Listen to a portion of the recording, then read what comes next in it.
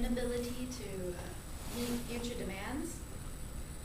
The Open Heart Kitchen was started in '95 as only a hot meals program.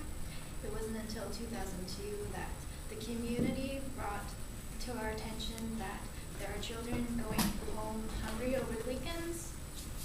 During the week, schools attempt to give them food. I remember peanut butter and jelly sandwiches in the lunch lines when I was a little kid. So this was becoming a big issue.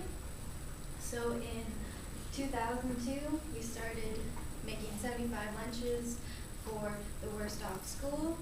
And then last year, we went up to 1,700 lunches with 9 schools in two of our 3 cities. And so we still have a lot of schools that we have not brought into this program, and we might not be able to. As you can see, we're starting to level off, and this is due to several factors: our space, our supplies, and mostly our volunteers. So space, this is a layout of our building. It is actually owned by a different church, so we don't really have room. There are several rooms we cannot use, so we don't have enough space for new supplies. And as you can see, we also have a hot meals program running at the same time we're doing the lunch boxes. And we all share the same storage room. These red boxes show that those are the only storage we have. All these other storages are what the hot meals have. We also have, this is our assembly area. You have supplies, tables, and people all trying to fit in one area. It's very hard. And if you increase it, you won't be able to have any more assembly lines already. It was supposed to have been for 1 assembly line. You have 2 right now. And our crates end up right here, where, as you can see, there's an exit here and the entrance to the storage area. And any more crates we get, it's already a hazard and can't fit any more in there. And so another problem is the decrease in supplies. Recently, we've been getting less donations, which means we have to spend more money to fill up that gap.